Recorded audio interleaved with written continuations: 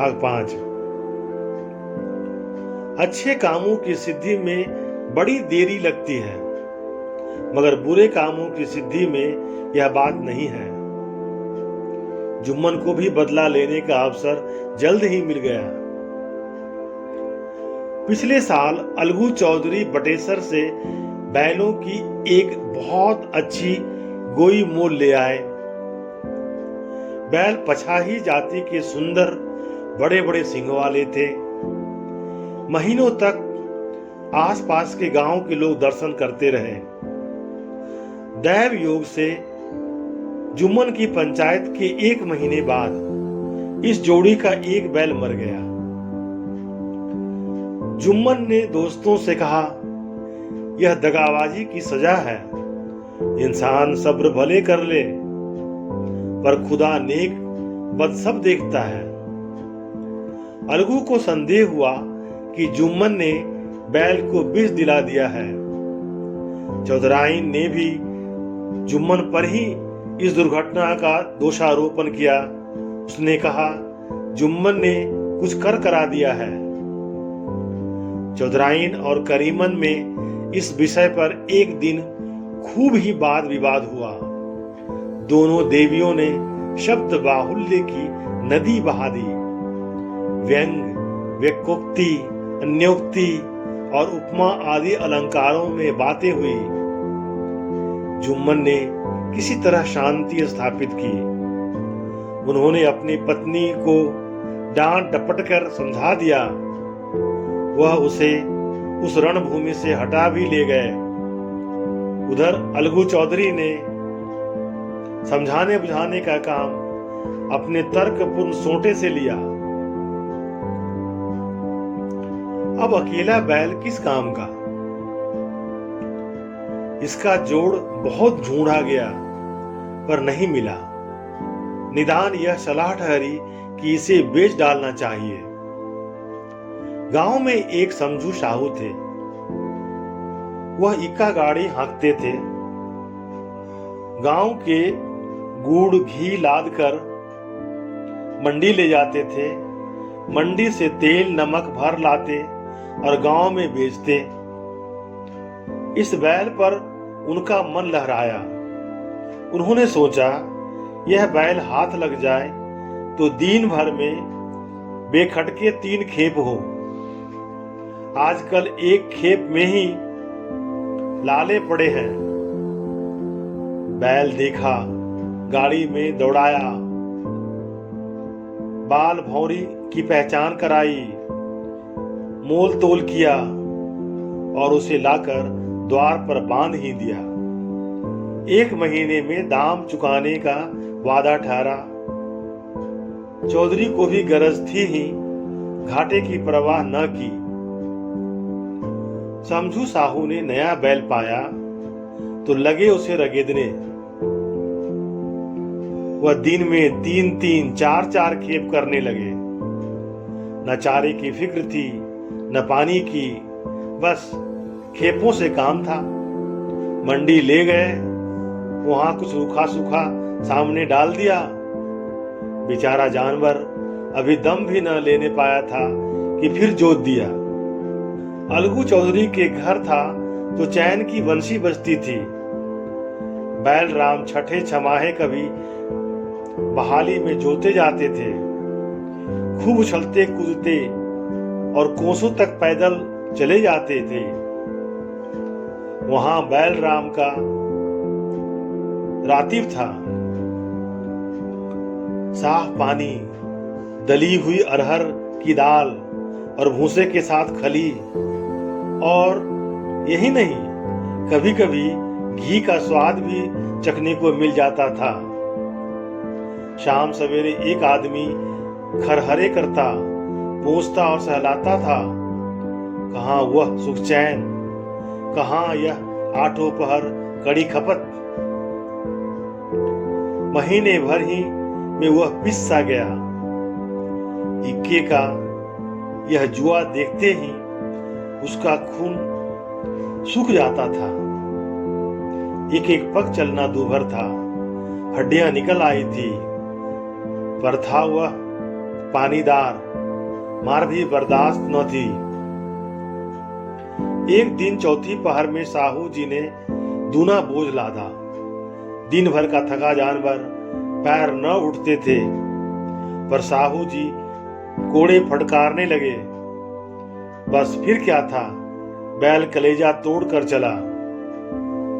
कुछ दूर दौड़ा और चाहा कि जरा दम ले लूं, पर साहू जी को जल्द पहुंचने की फिक्र थी, अतएव उन्होंने कई कोड़े बड़ी निर्दयता से फटकारे।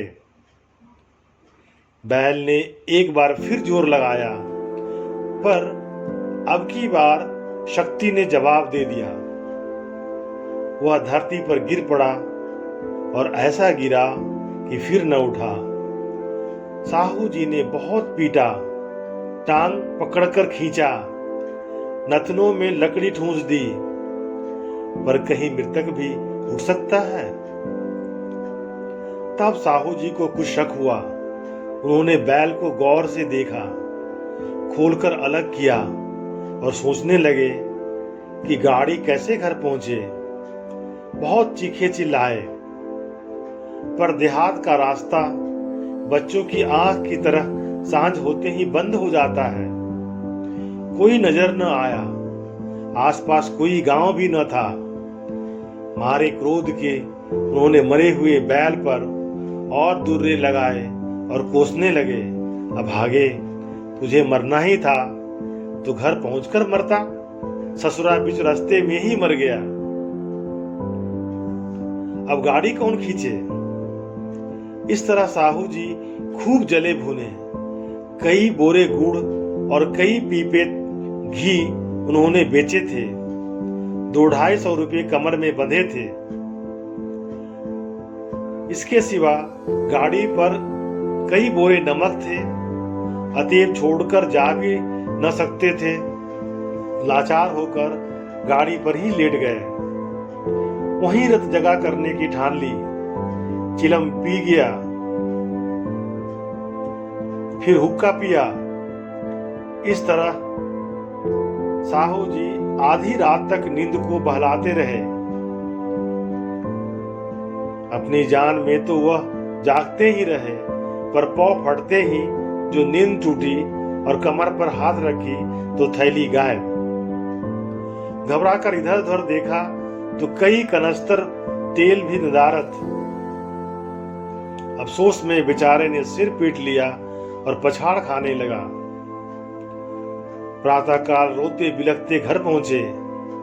साहुआइन ने जब यह बुरी खबर सुनी तब पहले तो रोई, फिर अलगू चौधरी को गालियां देने लगी। निगोड़े ने ऐसा कुलक्षणी बैल दिया कि जन्म भर की कमाई लूट गई। इस घटना को हुए कई महीने बीत गए।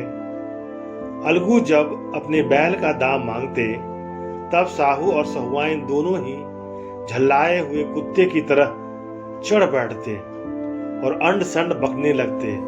वाह, कहां तो सारे जन्म की कमाई लुट गई, सत्यानाश हो गया, इन्हें दामों की पड़ी है। मुर्दा बैल दिया था, उस पर दाम मांगने चले। आंखों में धूल झोंक दी, सत्यानाशी बैल गले बांध दिया। हमें नीरा पोंगा ही समझ लिया है। हम भी बनिए के बच्चे हैं। ऐसे बुद्धू कहीं और होंगे। पहले जाकर कहीं गड्ढे में मुंह धो आओ, तब दाम मांगना।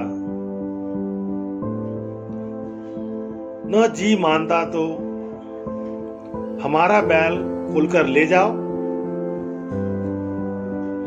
महीने भर के बदले 2 महीने जोत लो और क्या लोगे। चौधरी के अशुभ चिंतकों की कमी न थी।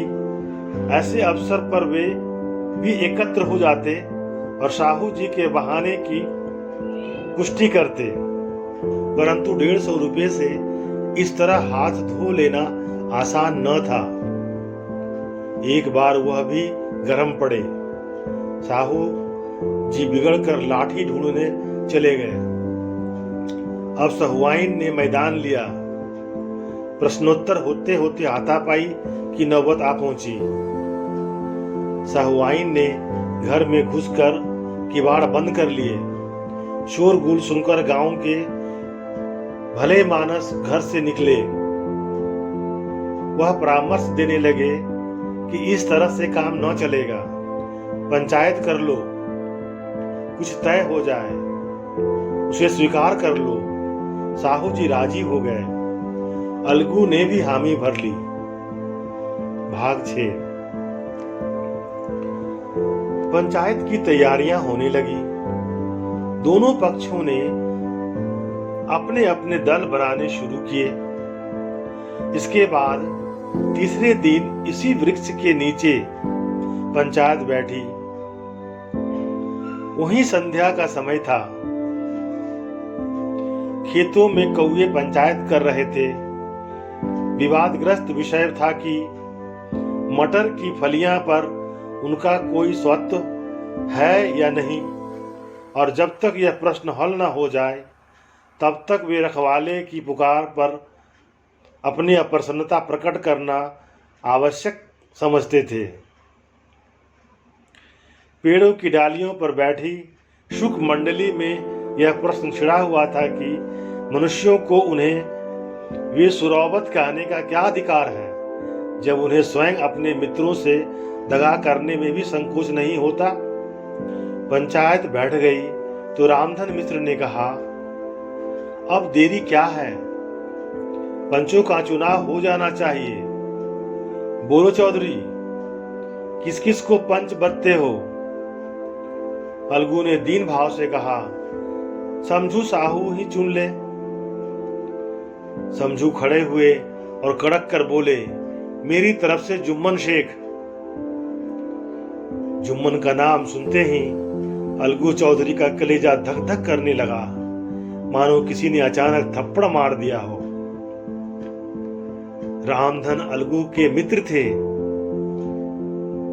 वह बात को ताड़ गए। पूछा, क्यों अलगू चौधरी, तुम्हें कोई उज्र तो नहीं?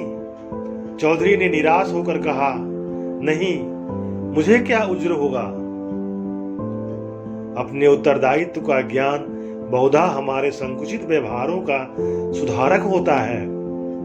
जब हम राह भूलकर भटकने लगते हैं तब यही ज्ञान हमारा विश्वसनीय पथ प्रदर्शक बन जाता है।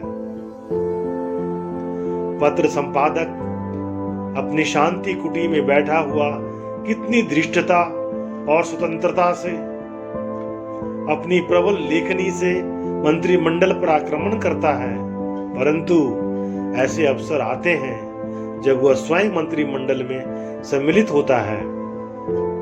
मंडल के भवन में पग धरते ही उसकी लेखनी कितनी मर्मज्ञ, कितनी विचारशील, कितनी न्यायपरायणता हो जाती है। इसका कारण उत्तरदायित्व का ज्ञान है। नवयुवक युवावस्था में कितना उदंड रहता है। माता पिता उसकी ओर से कितने चिंतित रहते हैं। वे उसे कुल कलंक समझते हैं, परंतु थोड़े ही समय में परिवार का बोझ सिर पर पड़ते ही वह अव्यवस्थित चित्त उन्मुक्त युवक कितना धैर्यशील, कैसा शांत चित्त हो जाता है। यह भी उत्तरदायित्व के ज्ञान का फल है।